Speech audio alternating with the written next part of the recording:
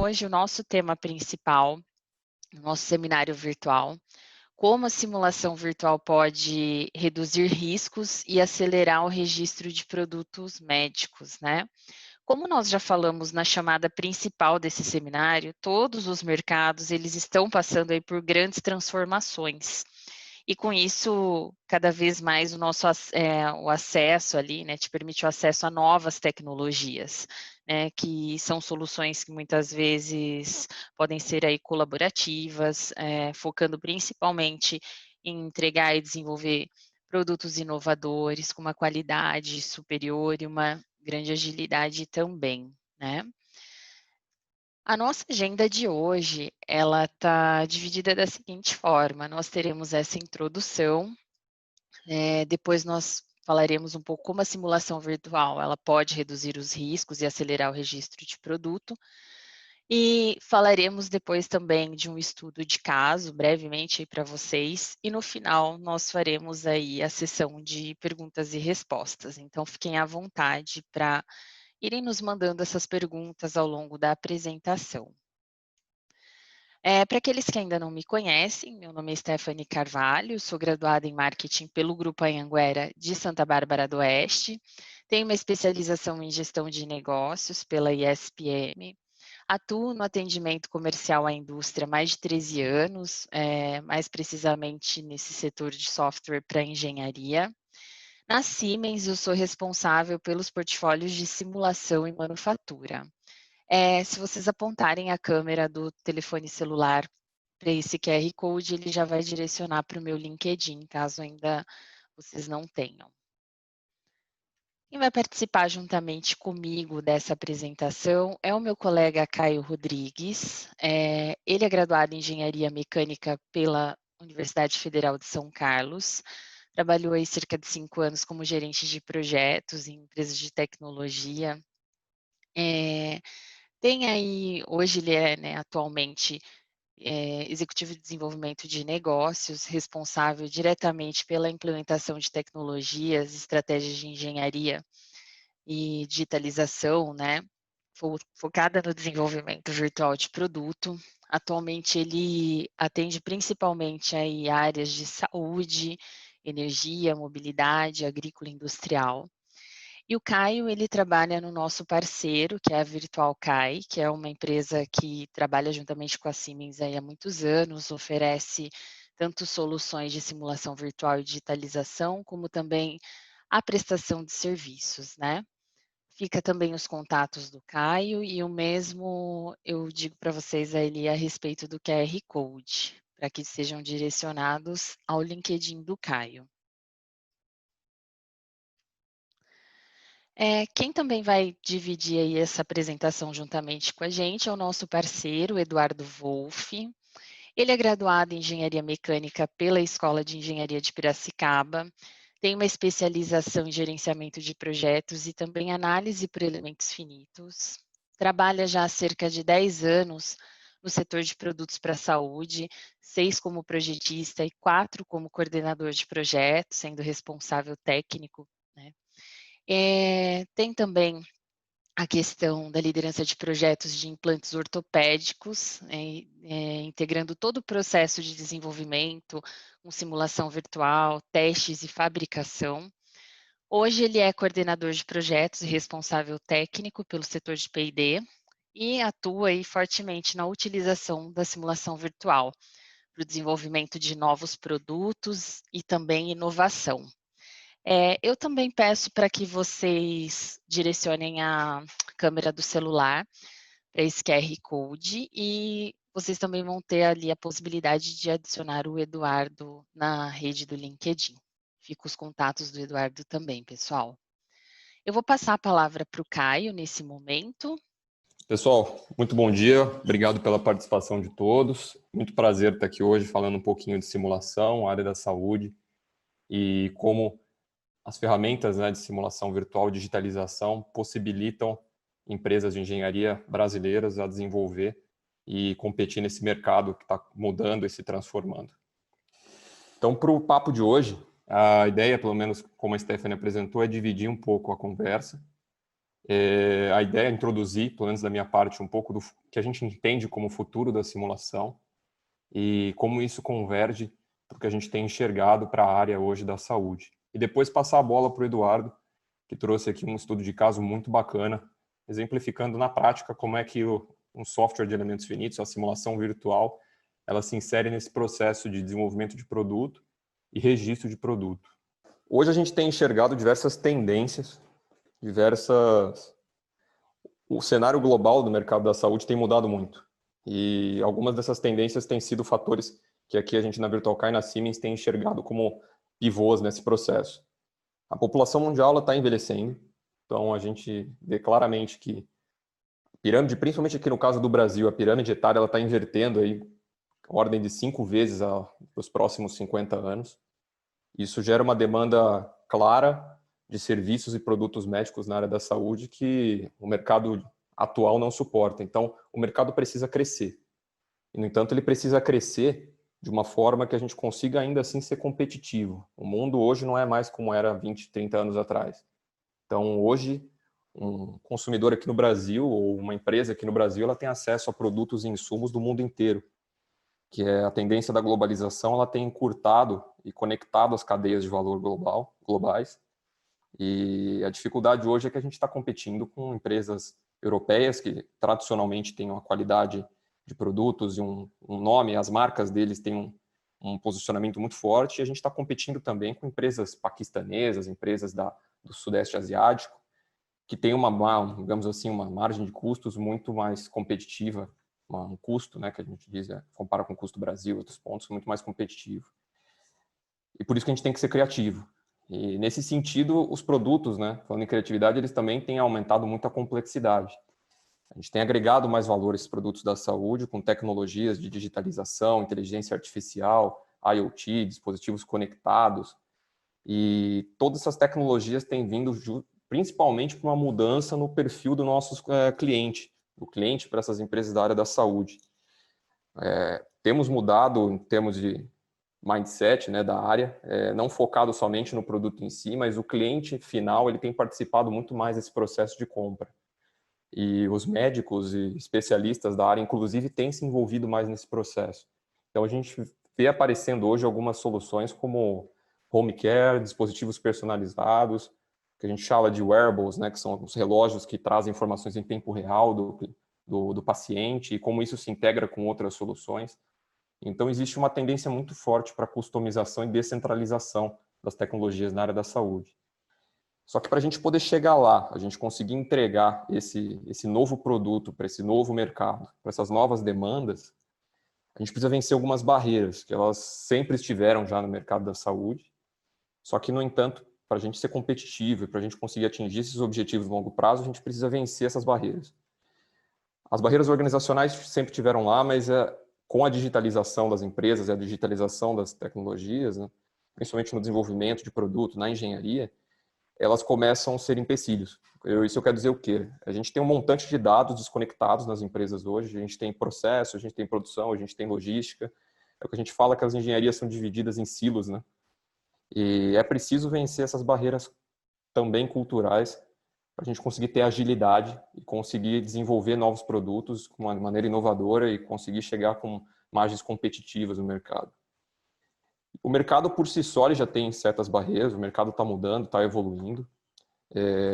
Existem diversas preocupações com segurança de paciente, como que esses novos entrantes, como que a gente consegue entrar em novos mercados. Então, as barreiras de mercado elas sempre vão tomar e a gente tem que entender maneiras de sermos criativos para vencer essas barreiras.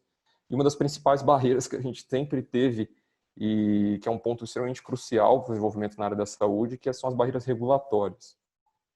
As barreiras regulatórias são extremamente problemáticas porque elas doem exatamente no ciclo, no tempo de desenvolvimento das tecnologias. Ou seja, como que a gente consegue atender todas essas barreiras regulatórias, todos esses requisitos, né, especificados em normas, como a Anvisa, a FDA e a marcação CE, de maneira rápida, sem perder qualidade, minimizando o risco e mantendo a segurança e eficácia, né, dos nossos produtos.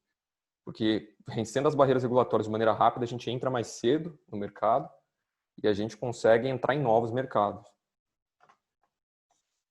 Então, nesse sentido, pensando principalmente na parte de barreiras regulatórias, né, a gente está falando hoje do mercado da saúde, dispositivos médicos. É um mercado aí de 400 bilhões de dólares até em 2020. É um mercado gigantesco, está crescendo a mais de 7, 8% de crescimento anual médio.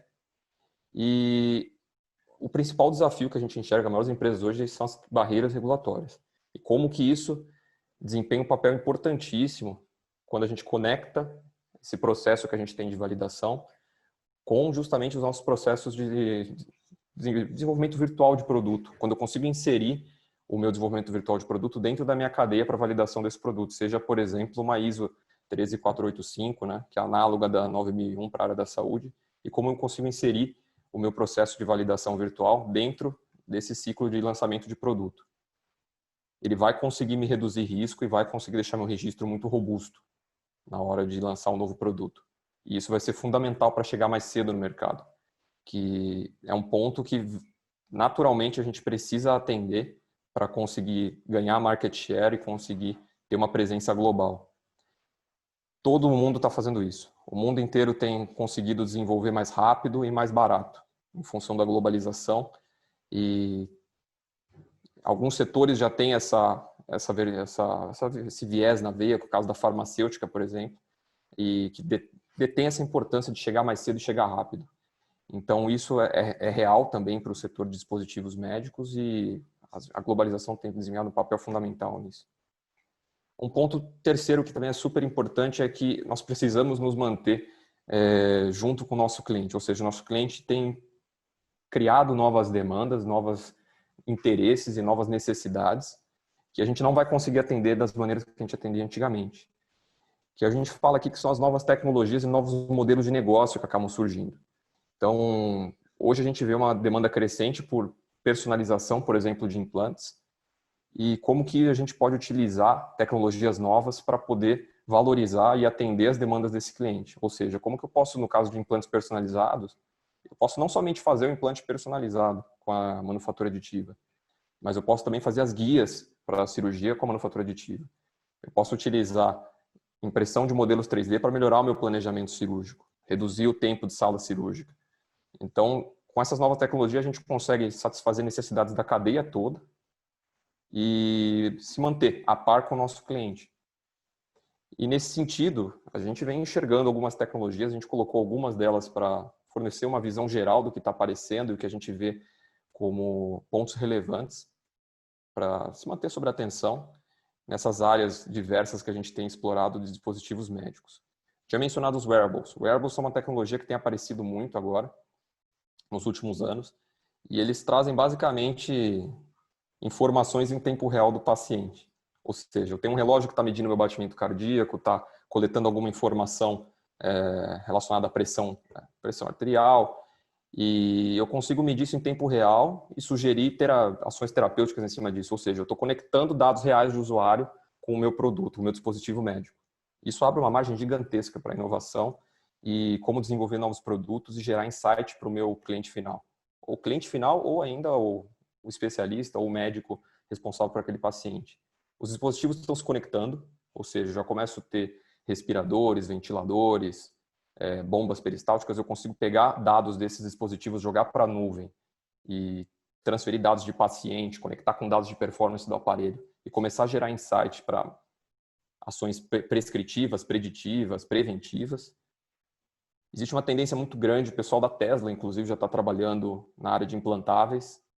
É uma tecnologia que está surgindo, ainda está um pouco no front do desenvolvimento da área, mas tem uma tendência incrível para a expansão. A impressão 3D, no caso que a gente tem recentemente, da infeliz situação que a gente está passando hoje com a pandemia do Covid, mas ela tem levantado, aqui no caso não é simplesmente um produto novo, mas uma noção de diferente modelo de negócio que a gente possa trabalhar. Pois a ideia aqui é que a gente não vende o produto, a gente vende o conceito, a tecnologia e o cliente final imprime ela, no caso de uma máscara de Covid, uma face mask de Covid, ele imprime essa máscara no próprio site dele. Então aqui é uma mudança de modelo de negócios, né? Eu não estou vendendo o produto, estou vendendo o design, o conceito, ele imprime lá na fábrica dele. Ou se ele precisar de uma peça sobressalente de algum produto, de um eletromédico que eu tenha instalado, ele pode imprimir já essa peça na fábrica dele, baseada no meu design. Então ele muda um pouco a concepção dos modelos de negócio que a gente tem hoje. E na área de ortopedia, que é uma das áreas que tem mais crescido nos últimos anos em termos de inovação e ritmo, até pela própria urbanização, existem mais acidentes, a parte de trauma, mas principalmente com o uso dessas tecnologias de digitalização, impressão 3D, digitalização de modelos, né, formação de modelos DAI com planejamento cirúrgico, que é onde a gente consegue agregar muito valor também. Nesse sentido, é importante a gente entender o futuro da simulação, de onde a gente está vindo. A gente vem naturalmente de uma evolução do desenvolvimento de produto, não só na área da saúde, mas também, principalmente. A gente sai de uma noção muito focada em desenho 2D, testes físicos para validar o meu design. A gente evolui para uma mudança de conceito onde a gente está começando a testar virtualmente, mas ainda a gente testa muito e começa a visualizar nossos produtos no ambiente 3D, começa a ter uma noção de variações, variabilidade, variância dimensional, variância de usabilidade. E a gente está evoluindo para um ponto que a gente começa a trabalhar essa interação entre real e virtual em tempo real, né? Isso que eu quero dizer, o que a gente chama de gêmeo digital, do digital twin. A gente começa a olhar para sistemas em si, ou seja, como os sistemas se relacionam diferente.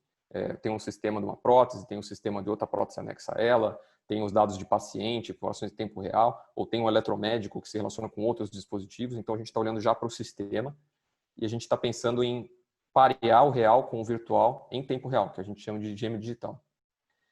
Então, como que a gente chega nesse gêmeo digital, né? O que a gente está falando aqui hoje não é como vender uma solução ou falar, estou falando de um produto só, um software, não. A gente está mudando um pouco o conceito aqui. O que a gente está querendo propor é uma alteração da sua visão, da sua estratégia de engenharia. Como que a gente redefine a estratégia de engenharia e o uso de tecnologias e soluções a partir disso é uma consequência.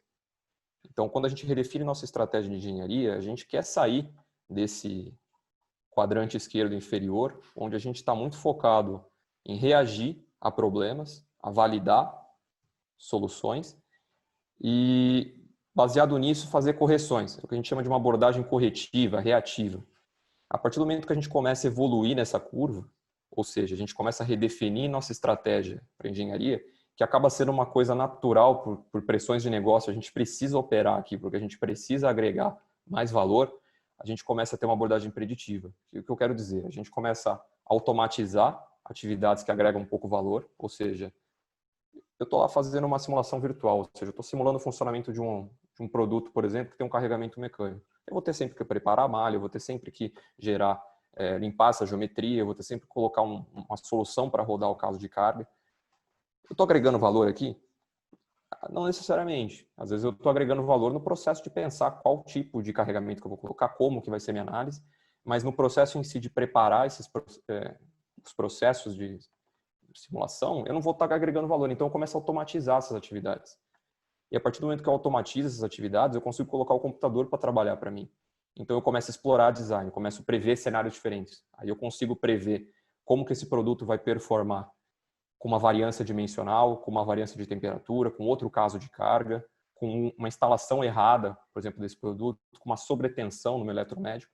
Aí eu começo a prever cenários diferentes e aí eu sim que eu começo a agregar valor e conseguir reduzir custo, aumentar a eficiência de produto e ter resultados com engenharia.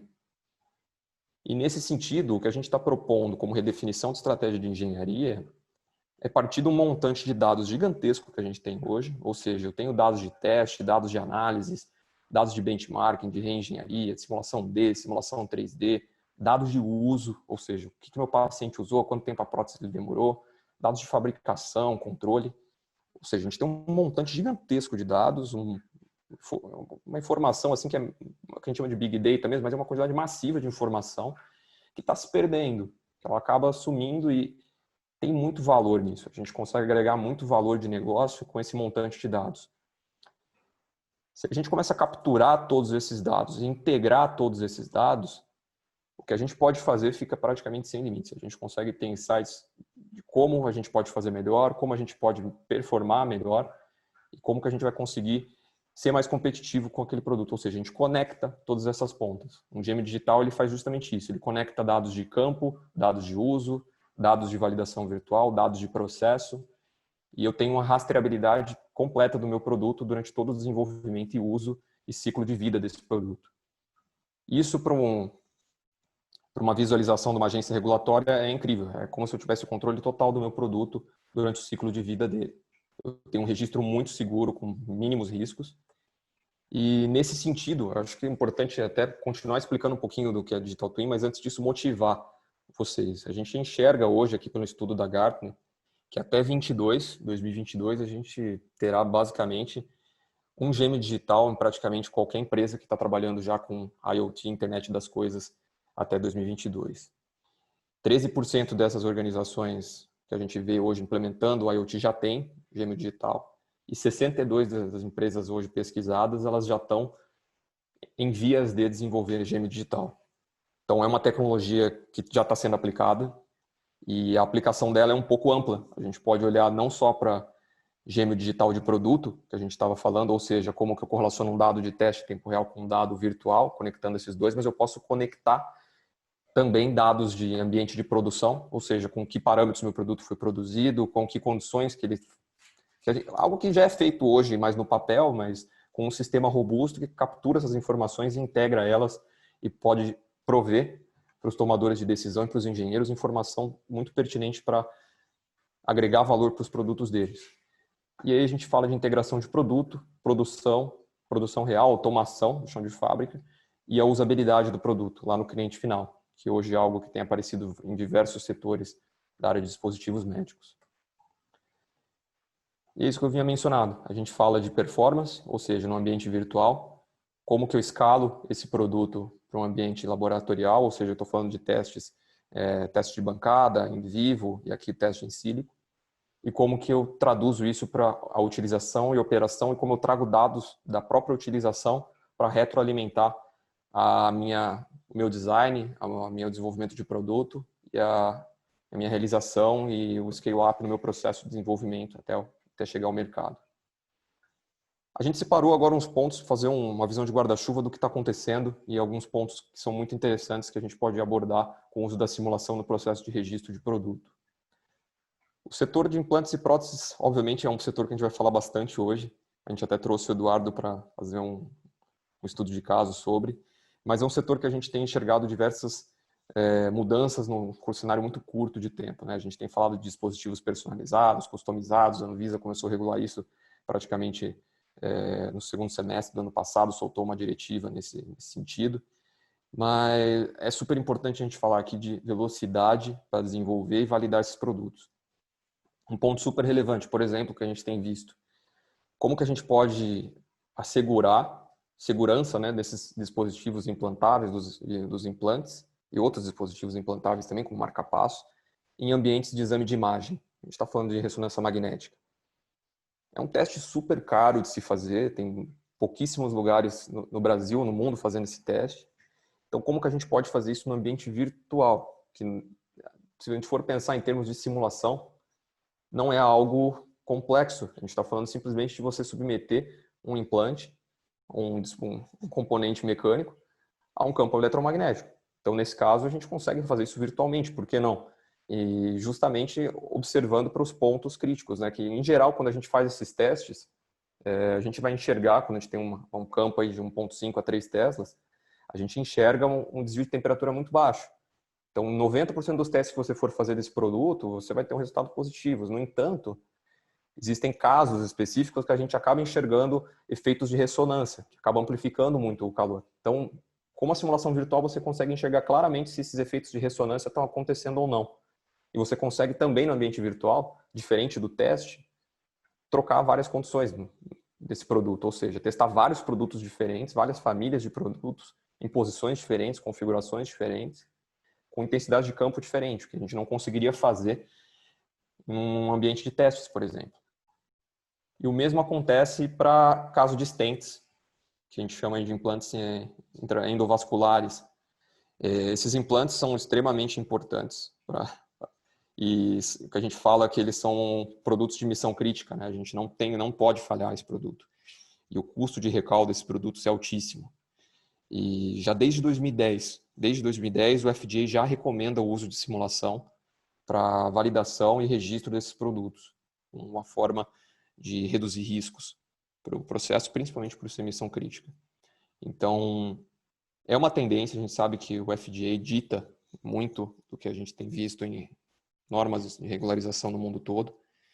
E muito bacana dessa norma é que ela tem, inclusive, não essa diretiva especificamente do FDA, as outras ela ensinam passo a passo de como fazer essas análises e estão setando o baseline, né? As guidelines para poder realizar essas análises. É super crítico a realização das análises aqui também, porque qualquer defeito nos testes e qualquer defeito em campo é crítico para validação desse produto, o custo da falha e chegar mais cedo no mercado.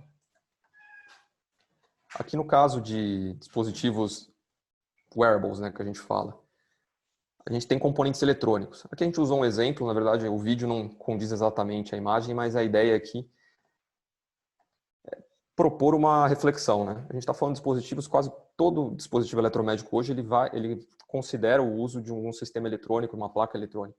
E essas placas, principalmente nesses dispositivos eletromédicos, elas estão muito sujeitas a aquecimento, a superaquecimento, o que pode afetar diretamente a operação dessas placas, né? Então, como que a gente pode usar a simulação a nosso favor? Tinha mencionado anteriormente sobre automação de design, automação e exploração de design, que é basicamente isso aqui que está acontecendo nesse vídeo. Eu tenho uma entrada de ar, que eu preciso verificar como que esse cooler está arrefecendo o meu sistema, ou seja, como que está a distribuição de temperatura nesse cooler, se eu não estou sobreaquecendo nenhuma região. E a partir disso o computador roda esse tipo de análise automaticamente. Então eu consigo entender claramente onde que eu preciso mexer, onde que tem mais impacto e onde é mais importante para eu conseguir tirar os resultados que eu preciso. Além disso, um ponto que é super importante, como que eu consigo pensar em performance de produto com dados específicos de paciente. A gente sabe que o assunto de respiradores está extremamente em alta em função da pandemia do Covid.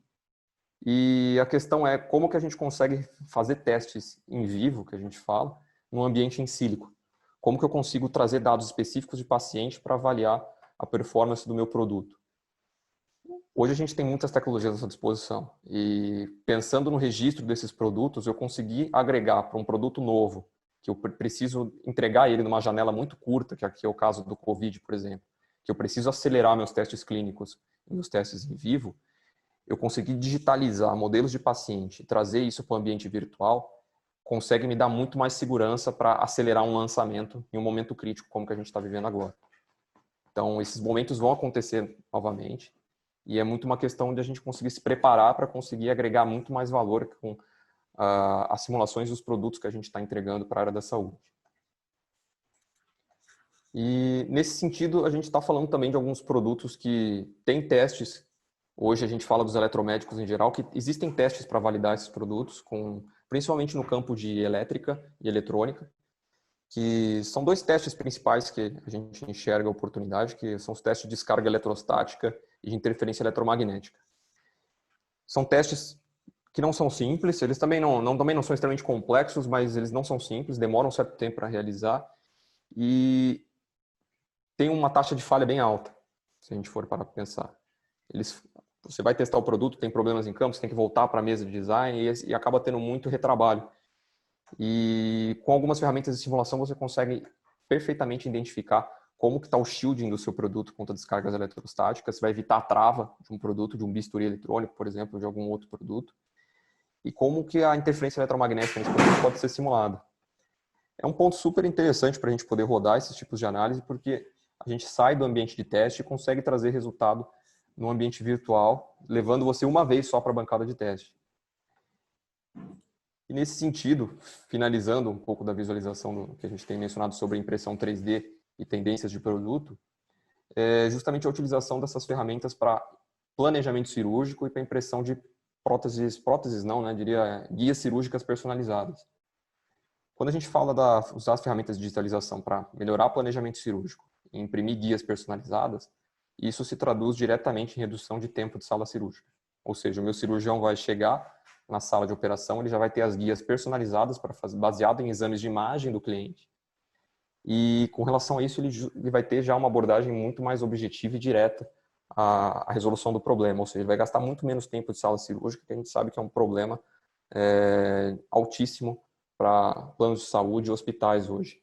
e principalmente para pacientes, porque a gente vai evitar o uso errado de próteses, ou seja, eu não vou entrar com um ângulo errado, numa posição errada. O corte que eu vou fazer, que a gente pode observar aqui nessa região aqui transparente, esse corte vai ser na altura correta, no ângulo correto, na posição correta. E com essa forma, por exemplo, se a gente está falando de implantes e próteses personalizadas, ou seja, que eu vou ter uma janela aí de 30 dias para poder colocar o produto para impressão, fabricação e implante, eu estou reduzindo, se eu incorporo esse planejamento cirúrgico e as guias personalizadas no meu registro, que acompanha esse produto dentro de um escopo de personalização de prótese, com uma chance muito maior de ser aceito, com uma chance muito maior de não produzir problemas para o meu paciente final, que acho que é a grande missão que a gente tem aqui hoje. Eu vou passar a bola agora para o Eduardo. Eu ainda vou estar com o controle aqui do slide, mas eu vou passar a bola agora para o Eduardo para falar um pouquinho de um case que a gente trouxe hoje, sobre como que a simulação entra exatamente dentro do registro de um produto. Bom dia, pessoal. Bom dia, Caio. Está me ouvindo bem, Caio? Perfeitamente, Eduardo. Fique à vontade. Ok. Então, pessoal, reiterando o assunto, né, que é muito importante para o nosso setor, em que o Caio mencionou aí várias aplicações, né, da utilização dos softwares disponíveis aí no mercado. Eu vou trazer para vocês um estudo, né, um estudo de caso, no caso um implante, né, um implante para trauma, uma placa e parafusos. E durante essa webinar eu vou estar conversando com vocês aí a respeito da utilização do CAI, né? Que nós podemos utilizar nessas quatro amplitudes aí, nesses 4 modelos, né? Que são para definir modelos críticos, simulações normativas, usabilidade e riscos e simulações não normativas. Eu vou estar explicando para vocês também nos próximos slides o passo a passo da utilização para cada etapa, para essas 4 etapas no desenvolvimento. Lembrando que a simulação está se tornando imprescindível para esse setor, né? A gente está evoluindo muito, a FDA, muitos setores aí já estão implementando, a gente está tendo uma resposta boa da Anvisa, desde que você saiba utilizar a ferramenta, tá? Então, eu vou estar dando um estudo de caso, explicando. Caio, por favor, passa para o próximo slide. Bom, pessoal, ó, vamos falar de um estudo de caso, um exemplo para ficar claro para todo mundo. Vamos supor que uma empresa X está desenvolvendo uma placa, tá? Uma placa para tíbia proximal, região do joelho, tá? Então, aqui tem uma breve explicação que as placas estão expostas ao momento resultante da força-peso da pessoa, tá? Não só durante a caminhada. Se a pessoa estiver sentada, a carga vai ser menor, claro, mas se ela estiver em pé, imóvel, vai haver uma carga, uma resultante da força-peso, ok? Utilizando a simulação, eu consigo definir um modelo crítico. O que quer dizer modelo crítico? Modelo crítico quer dizer que eu não preciso ensaiar todas as placas do meu registro. Se eu tenho uma infinidade de placas com vários modelos, por que eu vou ensaiar elas? Sendo que eu tenho uma ferramenta e eu consigo definir um modelo crítico. Para definir um modelo crítico, pessoal, tem algumas etapas que a gente deve seguir. Importante, eu vou comentar com vocês, depois se ficar dúvida, tem meu contato, a gente vai conversando. Você tem que seguir uma regra. Hoje, nós precisamos saber onde a placa vai ser utilizada, qual a região. Medial, lateral, anterior, posterior, nesse caso do exemplo da tíbia proximal. Por quê? As cargas, os fenômenos físicos são diferentes para cada região. Por exemplo, nesse caso, na primeira imagem, na número 1, você consegue ver que é uma máquina de compressão fazendo um teste e tem uma placa lateral fixada na tíbia. Tá? Você utilizando, mais para frente eu vou passar também para vocês que a região da tíbia proximal, ela recebe uma carga diferente. A região medial recebe 60% e a região lateral recebe 40%. O que eu quero dizer com isso? A placa que você vai colocar na medial, ela vai ter um esforço maior durante a utilização dela. A placa lateral pode ter um perfil mais baixo. Tá? Exemplificando, quando eu faço eu tenho um registro de implantes de placas para tíbia proximal. Eu preciso fazer os testes físicos, no pior caso. Nesse registro eu vou ter a placa medial e a placa lateral. Qual é meu pior caso? O pior caso, dependendo da sua seção, que aí nós estamos falando de flexão, no caso é um ensaio um momento ocasiona uma flexão, nós vamos falar mais para frente de uma flexão por 4 pontos, então você vai ter um momento na placa, então o momento está inteiramente ligado à área de seção transversal e ao momento de inércia. Se você tem uma placa de tíbia medial, uma placa de tíbia lateral, você precisa fazer o ensaio nas duas e verificar qual é o resultado de força e momento das duas. E depois comparar com as cargas que você tem da bibliografia. Tá legal? Com isso, você pode perceber que às vezes a sua placa mais espessa, que o pessoal costuma fazer muito isso, a placa mais fina é o pior caso. Às vezes, por exemplo, nesse caso, a sua placa mais espessa vai ser o pior caso, porque a carga nela vai ser mais exigida, ela vai ter uma tensão maior aplicada nela, tá? Então, esses 3 passos fica de lembrete para vocês sempre se atentarem na hora de definir um modelo crítico. O primeiro é a indicação de uso. O segundo é para você realizar os elementos unidos de cada indicação de uso. Cada placa, desde que o registro seja de alguns modelos de placas, tá? Se o registro for somente uma placa lateral, é claro que aquele vai ser um modelo crítico, tá? E aí você escolhe o pior caso em relação à falha. Em relação à falha é o quê? A tensão, né, de escoamento, no caso a gente está falando de análise linear, tá? Ou a tensão de ruptura, no caso de uma análise não linear. Mais para frente também eu vou entrar no mérito dessas análises, tá? Ok, pode passar para mim, por favor, para o próximo slide. Então vamos lá. Quando fazendo esse levantamento, quando você está em desenvolvimento com uma placa desse tipo, você precisa saber quais são as normas específicas desse produto para testes laboratoriais, tá? Quais testes a Anvisa necessita. Existem alguns produtos que não existem ensaios normativos, então a gente tem que validar eles por artigos. Vou comentar mais para frente também. Nesse caso, nós temos a norma, a F382, que ela define os métodos específicos, tá? Ela define o procedimento. No caso dessa placa, vai ser uma flexão por 4 pontos, tá? Para você encontrar a força estática, né? O momento estático, como quiserem, você vai ter várias saídas no resultado, né? Tanto na análise de elementos finitos quanto no laboratório. E análise de fadiga, que é muito importante, que eu vou comentar aqui com vocês. Bom, Eduardo, eu defini o modelo crítico. E agora? Agora você pega e simula esse cara com as condições de laboratório. Por que isso é importante?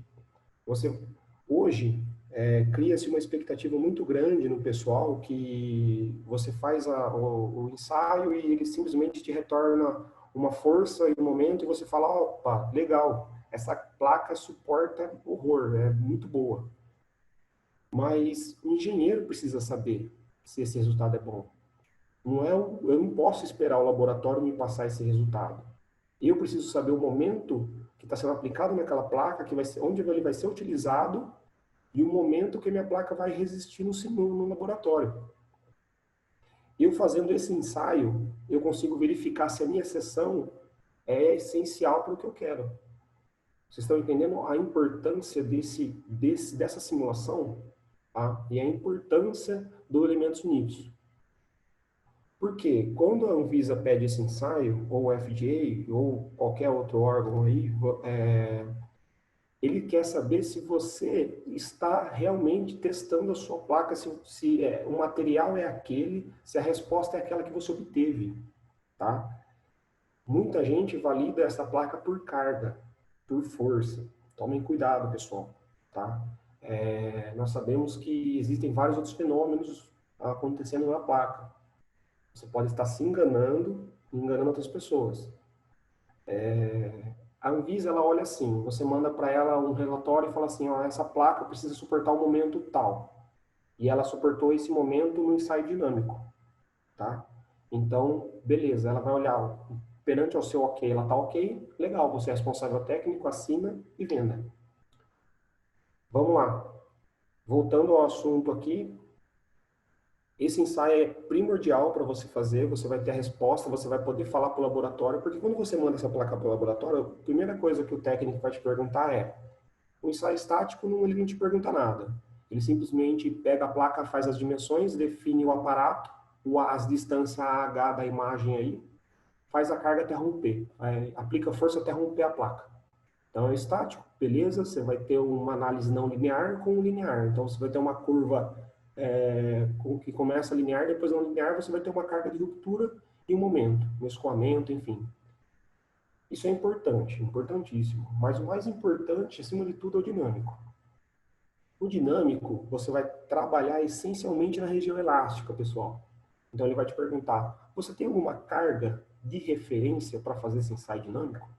Aí, se você fez a simulação de elementos unidos, você sabe a carga e o aparato que você vai utilizar. Você vai poder enviar para ele o planejamento do que ele vai executar no laboratório. Tá legal? Isso é essencial. E em cima dessa carga, na realidade, você valida a sua placa em cima do ensaio dinâmico. O ensaio estático é para você comparar os dois resultados, tá? Então, o ensaio, você trabalha sempre na zona elástica do material, nunca na zona plástica, tá? Que isso também fique claro. E é por isso que, durante o desenvolvimento, é importantíssimo nós utilizarmos elementos unidos para ensaios normativos. Então, vamos lá. A gente falou de definição de modelos críticos, os passo a passo ali dos modelos críticos, né? Aí, falei agora, quão essencial é importante a simulação de elementos unidos para ensaios normativos também. Agora, a próxima etapa, eu peço que o Caio passe para o próximo slide, por gentileza.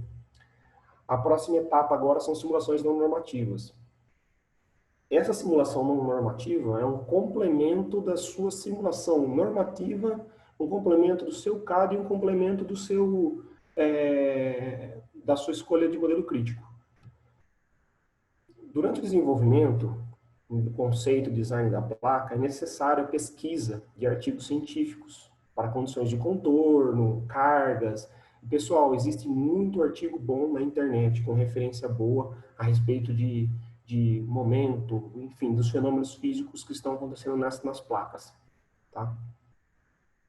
Então, utilizando a simulação, eu consigo comparar os meus resultados dos ensaios não normativos, que nem no caso do exemplo aqui, com os resultados dos artigos encontrados, ou seja, eu consigo dizer se o meu produto é tão bom quanto aquele que fez aquele estudo. Isso é muito importante, porque na realidade é isso que vai ocorrer.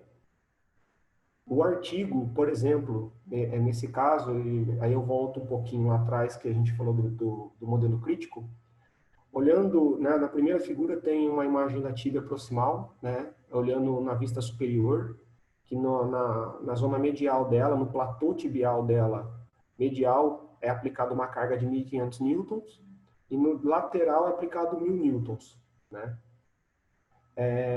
Com um total, uma força de reação de peso da pessoa, que no caso desse artigo, mediu, né, dimensionou-se 2.500 newtons. Legal, Eduardo. Isso é muito importante, muito importante. Pessoal, guardem isso na cabeça. Para você desenvolver uma placa com a responsabilidade que você precisa ter é muito grande. Quando eu vou colocar uma placa na região medial, a placa na região medial ela precisa ser mais espessa, ela precisa ter um contorno diferente, um momento de inércia diferente, não ser mais espessa, né? Ela precisa ter um momento de inércia, que está um pouco ligado à espessura, mas também você consegue ganhar inércia de outras formas no perfil. Ela precisa ser mais resistente. O W dela, o módulo de rigidez, a flexão precisa ser melhor do que a da lateral. Por isso, nesse registro é o pior caso, pessoal. Isso eu preciso escrever para a Anvisa, o auditor não vai saber isso, e eu preciso indicar para ele, tá? Preciso realmente fazer, vou falar mais para frente como preparar os documentos aí, fazer realmente o que está escrito, tá? Basicamente é isso. E, pessoal, pesquisa de artigo científico. Pesquisem fontes seguras, tá? PubMed, enfim, outros, no site do FDA você consegue muita coisa. E meu contato está aí para a gente conversar sobre isso também, tá ok? Caio, por gentileza. Aí, pessoal, saindo um pouco daquele foco de que, Eduardo, eu fiz a definição de modelo crítico, fiz um ensaio normativo, já sei o que vai acontecer em laboratório, fiz um ensaio não normativo, já sei como o meu implante vai se comportar na pessoa. É isso que eu quero? Sempre tem depois um fluxograma que eu vou explicar para vocês. Se for isso que você quer, legal, você está no caminho correto. Mas, hoje o nosso mercado ele é muito competitivo, tá? Então, o Elementos Nisso é uma ferramenta primordial para isso, tá? Você precisa hoje, todo mundo aqui sabe que quão competitivo o mercado é nesse setor. Você precisa desenvolver uma tecnologia nova com a segurança e eficácia da antiga. Ou seja, o que é isso? Aqui tem um exemplo de caso, né, que foi bem legal, que a empresa autorizou a mostrar aí, né, que é a empresa que eu trabalho hoje. E nós temos aqui, no caso, uma simulação. O esqueleto aqui, né, no caso, a maxila e a zona orbital aí do crânio, né, estão referenciados aqui, porque para mim o interesse não era o osso, o interesse era a placa e a comparação de dois estudos, tá, pessoal? Aqui nós estamos simulando uma osteotomia de Lefort, uma osteotomia ortognática, um procedimento ortognático, né, para a região da face, né, que essa osteotomia ela faz a incisão ali, né, o corte, e avança a mandíbula para correção. Nós temos no mercado hoje vários produtos e muitos já fazem dessa forma que nós desenvolvemos, mas que são parafusos não bloqueados e placas não bloqueadas.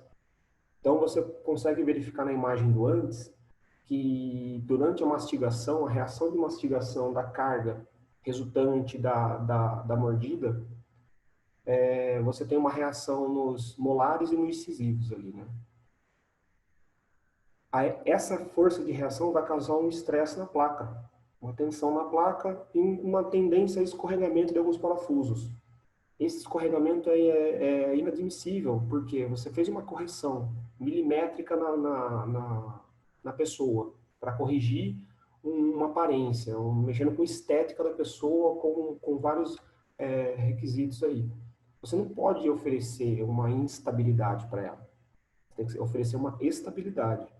Então, nós desenvolvemos aí, junto com o pessoal da engenharia e consultores, né, a equipe toda, que o legal seria você fazer um parafuso bloqueado, que é bem conhecido no trauma, pouco conhecido no bucomaxilo. Por quê? Olha que diferença. Você joga a tensão para a placa não vai falhar e você vai ter a estabilidade que você quer. Esse tipo de ferramenta são coisas que a gente consegue desenvolver utilizando elementos unidos. Olha, mais uma vez, o nível de importância disso. Quando eu vou colocar um produto no mercado, eu preciso saber exatamente a função dele. Voltando um pouco aos slides anteriores, eu não posso simplesmente colocar um furo onde eu acho que ele tem que ter, ou um rasgo onde eu acho que ele tem que ter. Ali pode ser associação crítica, você pode fazer falhar o seu produto. Por isso é importante a utilização dessa ferramenta, tá?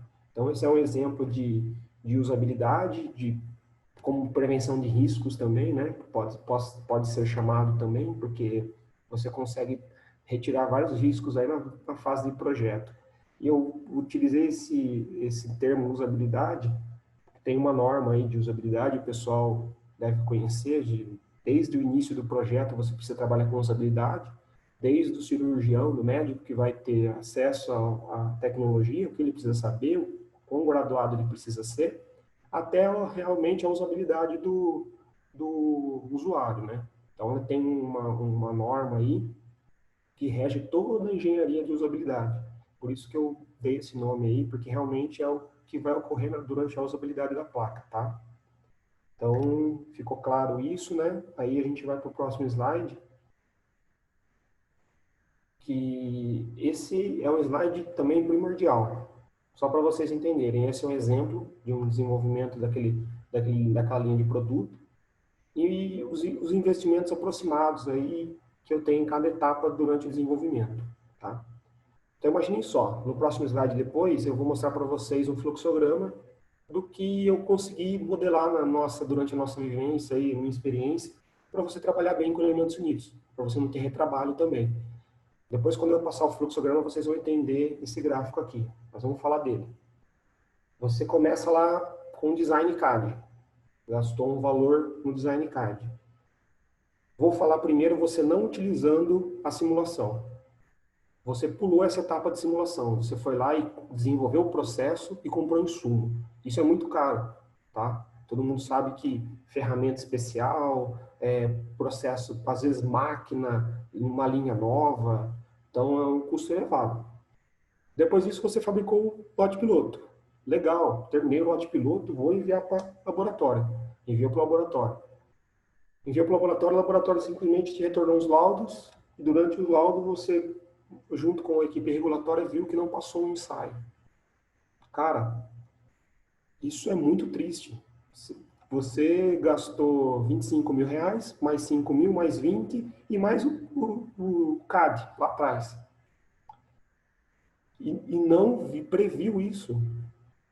Isso é um insulto à engenharia, né? Isso tem que ficar claro para a gente que não é legal, nem para a saúde financeira da empresa, muito menos. Aí, vamos supor que esse é um exemplo. Deu errado, vou ter que desenhar tudo de novo, vai desenvolver o processo, comprar de novo, se não tem, se chegou metade das ferramentas eu vou aproveitar, metade não, matéria-prima nova, vou gastar mais uma porcentagem, só numa brincadeira dessa gastei mais 40 mil. Agora, se você tivesse, no início do projeto, incrementado esse valor da validação virtual, você não teria esse retrabalho. Então, vamos supor que eu teria que gastar 40 mil reais novamente, mais o tempo, claro, que o tempo é dinheiro, sabemos. Você vai economizar 30 mil reais. Aí você pode falar assim para mim, mas Eduardo, eu sempre fiz daquela forma e nunca deu errado. Cara, parabéns, boa sorte, porque ou é totalmente capacidade das pessoas que estão fazendo, e aí seu time é muito bom, conhecimento, ou simplesmente é sorte, tá? E essa sorte um dia acaba, tá? Então, é que fique claro aí para vocês quão essencial esse gráfico também no entendimento, e aí a gente passa para o próximo slide, que vai complementar esse gráfico aqui. Vamos lá. Do lado esquerdo, nós temos aquele formato que eu comentei no gráfico, que é o fluxograma do modelo antigo, sem a utilização da ferramenta de simulação, e do lado direito, o fluxograma correto, que é o que eu consegui modelar de mais próximo que a gente utiliza no dia a dia, que é muito legal, você não tem retrabalho de análise, nada, e nem de produto, você simplesmente tem algumas semanas aí adicionais em caso de aprovação, né? Que é no cronograma geral do projeto. Esse fluxograma antigo é o que todo mundo, a maioria do pessoal, tem algumas empresas que trabalham assim ainda, né? E utilizam. Design CAD, desenvolvimento de processo, compra de insumo, fabrica lote piloto, teste laboratorial, foi aprovado?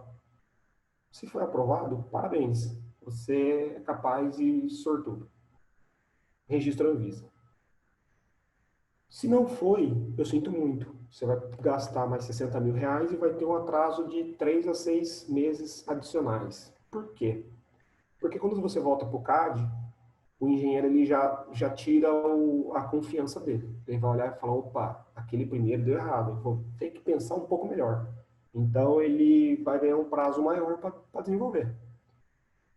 A manufatura, por si só, quando o CAD passa para a próxima etapa, porque só quando o CAD passa para a próxima etapa, ele consegue começar a trabalhar. Ele vai olhar e falar assim, metade das ferramentas eu tenho, metade não. Então, vou ter que comprar. Matéria-prima mudou. A espessura, agora antes era barra, agora é chapa, deu problema. E além de tudo, depois tem a fabricação do lote piloto. E depois ainda, teste laboratorial. Cara, se tiver que refazer isso, cada vez que acontece isso, que tem que refazer alguma coisa porque não utilizou a ferramenta, o engenheiro perde a autoestima. todo mundo do desenvolvimento perde a autoestima, a empresa perde a autoestima, ela fala, será que esse produto que vai sair ele é tão bom quanto eu penso que é? Sendo que eu estou tendo esses problemas? É muito importante, não só financeiramente, mas para a equipe e para a empresa também. Mexe com tudo isso daí. Então, do lado direito tem um ciclo, né, o fluxograma aí, que eu sigo até hoje, né, e a gente tenta implementar em vários locais aí, e a gente conversa durante o nosso dia a dia, né, a gente sabe que o dia a dia é muito corrido, mas a gente precisa entender melhor os fenômenos físicos dos produtos, tá?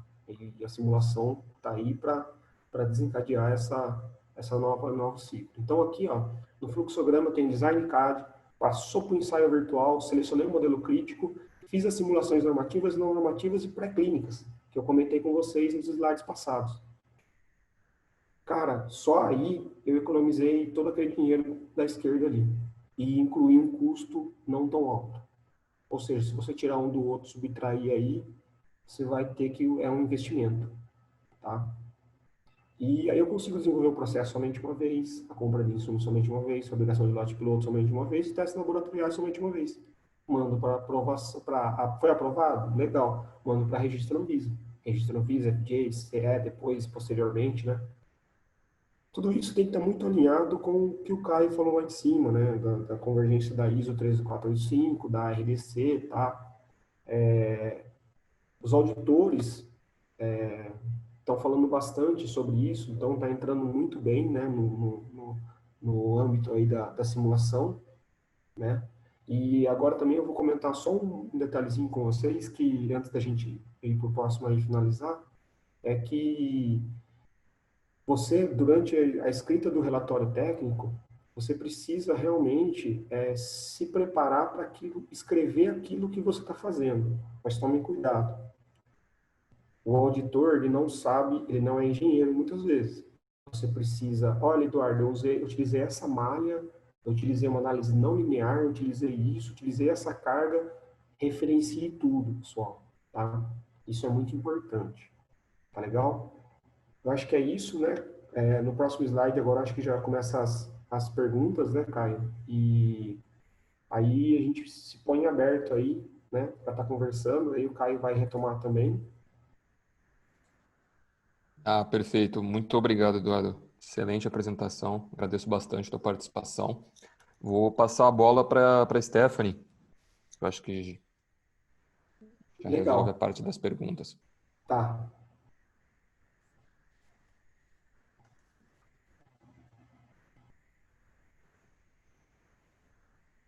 Alô, Stephanie? Oi, Caio, Oi, Stephanie. tudo bem? Opa, Pessoal, tudo não certo. sei se vocês colocaram todas as dúvidas no Maravilha. chat.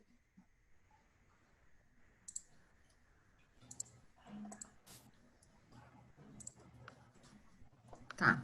Nós temos algumas dúvidas aqui, algumas perguntas que foram colocadas ao longo da apresentação, que é na parte de barreiras regulatórias. Gostaria de entender como a simulação virtual ajuda no fato de reduzir os riscos. Ah, pode deixar que eu respondo essa, Lusa. Muito boa pergunta. A questão envolve principalmente gestão de risco, né? Quando a gente fala de simulação virtual, eu tinha mencionado como que isso pode ajudar na hora de você montar o seu registro de produto, você simular alguns casos de carga ou condições que fogem da análise normativa. O Eduardo explicitou isso muito bem, com algumas análises vindas de artigo, usabilidade, com algumas situações bem específicas que você consegue rodar virtualmente e com testes é muito difícil.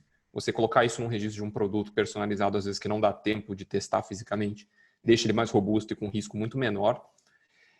Mas você também tem algumas variantes que você consegue simular virtualmente, pensando em análise de variância, que é você consegue capturar no ambiente virtual, que a gente pode pensar de variação dimensional, ou seja, como que minhas variações de fabricação, de processo, podem gerar um produto menos resistente e simular essa versão que talvez tenha um pouquinho menos de espessura em alguma região ou tenha algum canto vivo, eu consigo colocar alguns concentradores de tensão para simular esse defeito de processo, por exemplo. Consigo colocar variáveis estatísticas, às vezes para uma análise de durabilidade virtual, que a gente roda fadiga virtual, e a gente consegue pegar essas variáveis estatísticas, né, de sobrevivência, que a gente fala de 99%, 95%, 90%, e incluir isso dentro do meu pós-processamento, ou ainda até simular, como eu tinha mencionado durante a apresentação, algumas condições e indicações de uso errada, ou seja, o que a gente chama de variância operacional.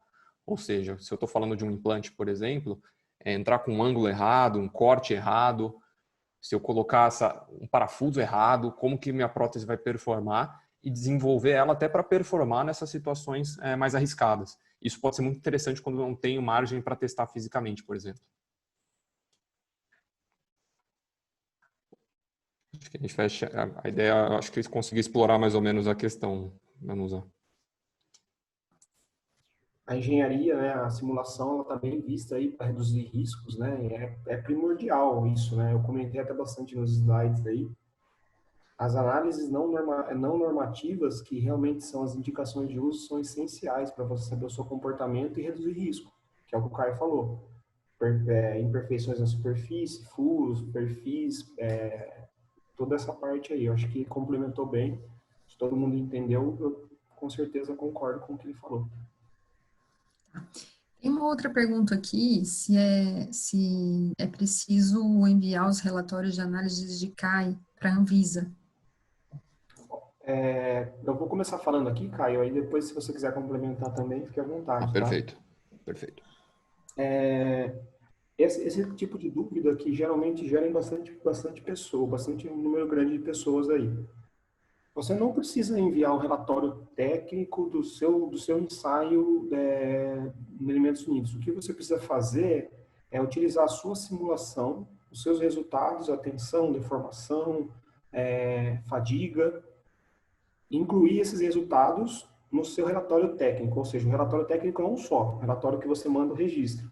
Lá vai ter desde a indicação de uso, tudo que o seu produto deve fazer, até o que ele deve suportar em segurança e eficácia, né, que é um item da RDC aí, cumprir o relatório técnico com esse item. Nesse item, que a RDC chama de 1.6, você coloca, olha, o pior caso é este, foi utilizada uma simulação desse tipo com base nesse artigo, a carga que foi utilizada foi com base nesse artigo, a simulação foi isso é o que vai acontecer na realidade na minha placa. Então, ela está aprovada, o resultado que ela precisava dar era esse, ela deu esse. Você faz daí a simulação normativa, escreve lá, a simulação normativa da flexão 4 pontos, precisava de um momento desse, uma curva de fadiga, e aí você vai complementando, você vai escrevendo todos eles com base nos artigos e nas simulações. Então você, na realidade, vai ser um anexo, né? As simulações vão ser um anexo do seu relatório técnico, tá? Acho que é isso. Acho que talvez, se não ficou claro, depois também o pessoal pode entrar em contato com a gente aí, e aí eu consigo ajudar melhor também. Então, tá ok. E tem uma outra pergunta aqui também com relação aos parâmetros, né, que você utiliza no relatório técnico, que você deve explicar esses parâmetros utilizados na simulação e comparar com os parâmetros dos testes de laboratório. Sim, sim. É uma outra dúvida também que desencadeia junto com a primeira aí. Os auditores, a pessoa que você tem que entender que a pessoa que vai ler isso, ela vai simplesmente enxergar duas coisas, né? Algumas coisas, digamos assim, no seu relatório. Você vai dizer para ela o quanto a sua carga, o quanto a sua placa ou seu implante precisa suportar. E aí depois você vai oferecer os resultados do seu ensaio laboratorial e o seu ensaio de simulação, né, virtual. E vai falar que está ok perante aquele artigo, aquele autor, aquelas cargas, e vai validar o seu produto. Você precisa, sim, destrinchar. Você precisa explicar o porquê daquela malha que você utilizou, o porquê daquelas condições de contorno e o porquê de alguma possível alteração no seu sólido. Muitas vezes a gente precisa fazer uma simplificação. Essa simplificação precisa ser bem explicada, porque tudo que é muito bem explicado é melhor. A Anvisa, normalmente, se eles não entendem, eles mandam uma exigência. E essa exigência atrasa mais 40 dias aí, né? Então, realmente, você tem que explicar. No relatório técnico tem que estar bem amarradinhas as informações. Tá ótimo. E tem mais uma pergunta aqui com relação à possibilidade de se definir um modelo crítico para parafusos, por exemplo. Como funciona esse processo? Ah, legal. Vamos lá. Parafuso é um item, eu vou explicar para vocês de forma rápida. Parafuso não existe modelo crítico. Mas você fala assim, pô, Eduardo, por que não? Porque cada um precisa ser medido o seu torque, o seu escoamento, né? Um torque de escoamento, torque de ruptura, o ângulo de ruptura e o seu arrancamento. São ensaios normativos também, tá, pessoal? Quando eu mando um registro para a Anvisa, eu coloco que as placas vão utilizar esses parafusos, tá? Então, se eu falar que eu tenho um parafuso de 3,5, um de 2,7 nesse sistema, por exemplo, e eu preciso fazer, o mais crítico vai ser o 2,7, vai suportar uma carga menor, um torque menor, isso sim. O ângulo de ruptura nem tanto, às vezes o de maior diâmetro dá um valor menor do que o de menor diâmetro. Mas ela entende assim, tá, você vai indicar para esse cirurgião utilizar seu parafuso somente na proximal ou ele vai poder usar na diáfise? Então, durante a cirurgia você não pode travar. Muitas vezes a gente manda registro e fala assim para o cirurgião, você pode utilizar parafuso 3,5, 3 e 2,7. Só que nesse furo aqui, ó, que é pintadinho, que tem essa bordinha, é só 2,7. Aí eu falo, putz, mas eu precisava colocar um furo de 3,5, meu paciente tem uma cortical melhor. Então, não é possível. Então, todos os parafusos vão ser submetidos a cargas. Então, não existe pior caso. Todos os parafusos necessitam de ensaio. Não tem como selecionar modelo crítico para parafuso, não. Tá?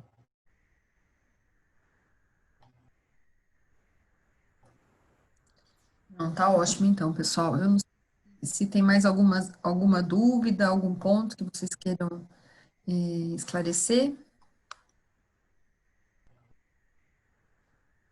Caio, você gostaria de finalizar? Colocar alguma colocação? Ah, com certeza. Obrigado, Danusa. Eu acho que a ideia hoje foi muito bacana ter a participação de todos, você, Danusa, a Stephanie, o Eduardo, para trazer visões diferentes do que tem acontecido na área. Estou colocando aqui um ponto para vocês conectarem aqui com a gente, o link de um grupo do LinkedIn que a gente está montando. A gente traz conteúdo de simulação virtual e de digitalização em base diária, até 2, 3 vezes por dia. A gente tem trocado muita experiência com pessoal de áreas diferentes, setores diferentes, e a gente tem conseguido tirar muita informação bacana justamente dessa troca de experiência de pessoas diferentes, experiências diferentes, mas todos focados em engenharia e digitalização. E colocar um convite para vocês, para a gente conversar mais, se vocês tenham dúvida, queiram explorar esse assunto conosco, a gente está à inteira disposição para entender a realidade de vocês e trabalhar junto nessa jornada de digitalização. Acredito que a Stephanie está com áudio também para fazer a finalização, ela só não está ouvindo. Stephanie, vou passar aqui para ela, porque ela já fecha também a parte com a Stephanie. Espera um minutinho. Eu acho que ela está com um probleminha no áudio. Ah, perfeito. Tô mandando. Não tem problema, não. Eu queria agradecer perfeito, então. ao Caio e ao Eduardo pela excelente apresentação que eles fizeram para a gente hoje. Muito obrigada, pessoal. Queria agradecer todos os participantes. Muito obrigada a todos que nos acompanharam nessa manhã. E ainda essa semana vocês vão receber a gravação do webinar e tendo qualquer tipo de dúvida, vocês podem ficar à vontade para entrar em contato conosco, ok? Muito obrigada a todos vocês e tenham todos um bom dia.